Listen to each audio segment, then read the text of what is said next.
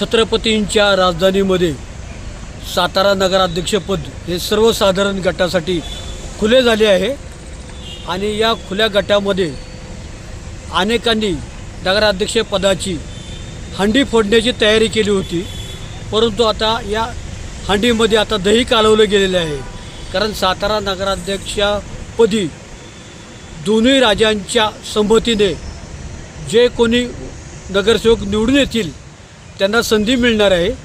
तसं पाहिलं तर डझनभर नावं पुढं आलेली आहेत, परंतु महत्त्वाचे म्हणजे सातारमध्ये सर्वसाधारणमध्ये मराठा का कुणबी मराठा जातीचा दाखला असणारा नगरसेवक नगराध्यक्ष होईल याकडे आता सर्वांचे लक्ष लागलेले आहे.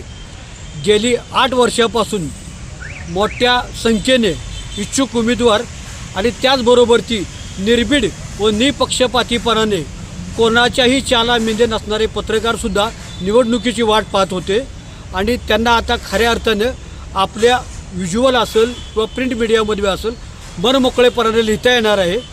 सातारची खूप मोठी समस्या म्हणजे खड्ड्याची समस्या आहे, ठेकेदाराची समस्या आहे, निकृष्ट दर्जाच्या कामाची समस्या आहे आणि यंदाची ही निवडणूक म्हणजे वार्डाची पुनर्रचना झालेली आहे, काही प्रभागांचा समावेश झालेला आहे. या सर्व अर्थानं जर पाहिलं तर दिवाळीच्या तोंडावरती दिवाळी गोड करण्यासाठी अनेक उमेदवारांनी आता पसंती केलेली आहे, ती कशाची पसंती केलेली आहे की दोन्ही वाड्यावर जाऊन हजेरी लावणे. आज तसं पाहिलं तर शेतकऱ्यांच्या असेल किंवा सामान्य माणसांच्या समस्याकडे बारकाईने लक्ष देण्यासाठी कुणीही बघत नाही. जे कोणी बघतात ते ठराविक साच्यातूनच बघतात, पण खऱ्या अर्थाने व्यापक दृष्टिकोन ठेवून आताची ही निवडणूक तुल्यबळ होणार आहे. कारण साताऱ्यामध्ये दोन्ही राजे हे एकच भारतीय जनता पक्षाचेच आहेत, त्याचबरोबर त्यांचे मनोमिलन झालेले आहेत. दोन्ही राजांच्या संमतीने एक उमेदवार असावा अशी मतदारांची जरी इच्छा असेल तरी मोठ्या प्रमाणात बंडखोरी होणार आहे.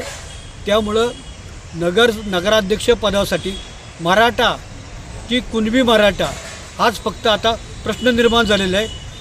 जर खऱ्या अर्थानं जर विकास कामं झाली असतील तर एखाद्या अल्पसंख्याकालाही नगराध्यक्षपद दिले तर खऱ्या अर्थानं एक परिवर्तन घडेल.